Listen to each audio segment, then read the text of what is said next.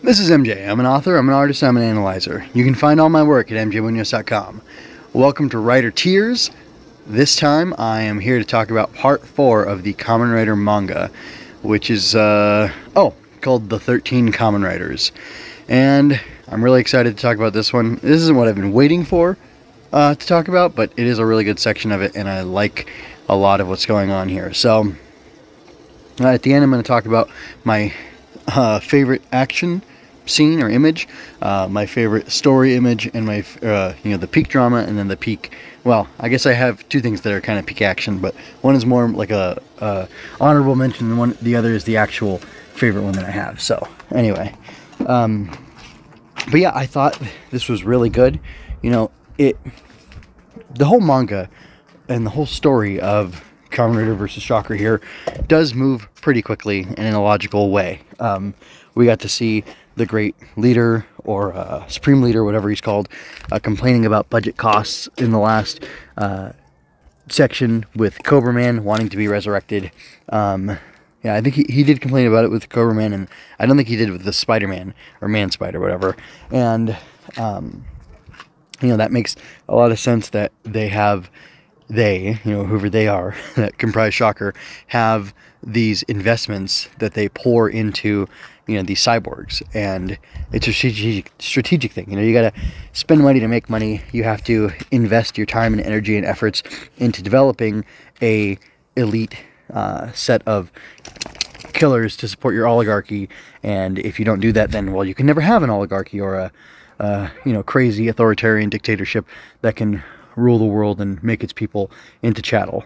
And if you want to be a success, you got to learn from Shocker and see what they're doing. They're trying to cut costs, they're trying to save money, but at the same time, as we see in this instance, they're willing to really step up their game and put an investment into killing Takeshi Hongo, the Kamen Rider who is opposing them and who has proven able to stop their forces and stop their, at least halt for now, their plans for global domination. And if you want to enslave a planet, you really cannot afford to have loose ends like Takeshi Hongo running around. So the step that they take is because the grasshopper cyborg is their most powerful version yet, they decide, hey, let's make more grasshopper cyborgs to combat Takeshi Hongo, to defeat him.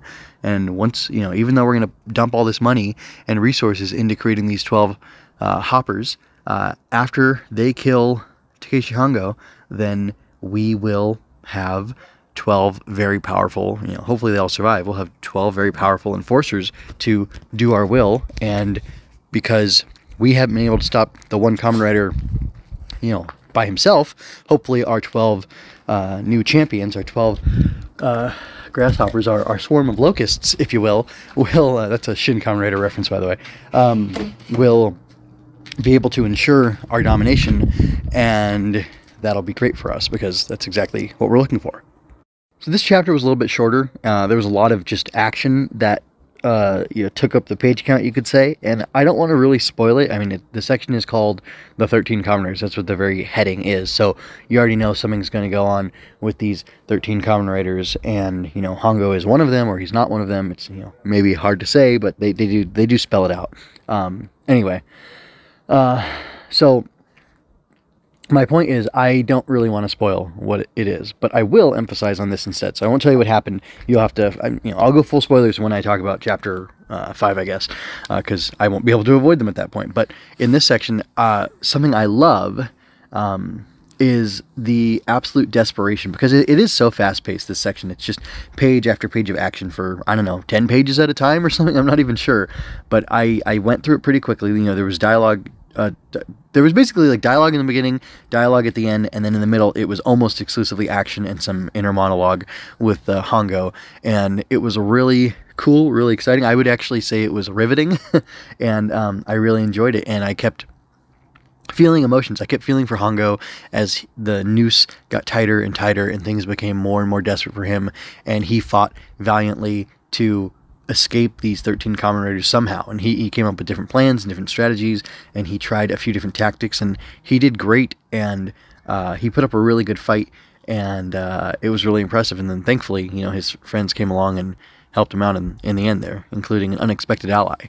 Okay, so an honorable mention for my favorite piece of art from this is at one point he's jumping over one of the other the mass-produced, the locust swarm of Kamen Riders or grasshopper guys, and actually I prefer calling these guys locust cyborgs, but they're not technically, because a dumb thing that I won't go into right now.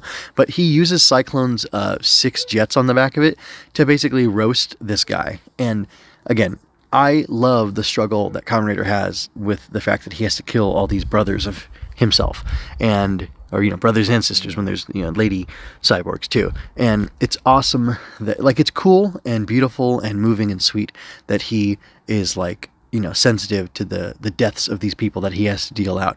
And at the same time, from a fan perspective and from the fact that this is fiction, it's awesome to see him roast this guy who's trying to murder him with his the rocket boosters on Cyclone. It's really, really cool. And I'm not ashamed to admit that. My peak drama panel or page, it's a section of a page actually, is Ruriko and Hongo are out on a walk in nature, and she's talking about how beautiful it is, and there is he seems kind of distracted, and like he's looking off into the distance, and I don't know, maybe like he doesn't even want to be there, which is not true. It's just he's struggling with the fact that he's a cyborg, and he feels so distant from her, and I don't think she blames him for her father's death anymore, otherwise she wouldn't be coming around, right? She realized it was Shocker, but he's so fixated on the fact that he's no longer just a man, on the fact that he's now a cyborg, and that he has this battle to fight against Shocker, and that's distracting him. He's decided to pour all of his family's wealth, because apparently the Hongo clan was very wealthy and powerful. He's decided to put all of his family's efforts into becoming, oh, this is so good, into becoming equipped to defeat Shocker, despite the fact that Tobei Tachibana mentions that they, at the Hongo Manor, I'll just put it that way, succinctly, they at the Hongo Manor have the resources and were attempting to do the research to restore Hongo to his natural body, to, I don't know, reverse his cyborg modifications in order to make him into a normal man.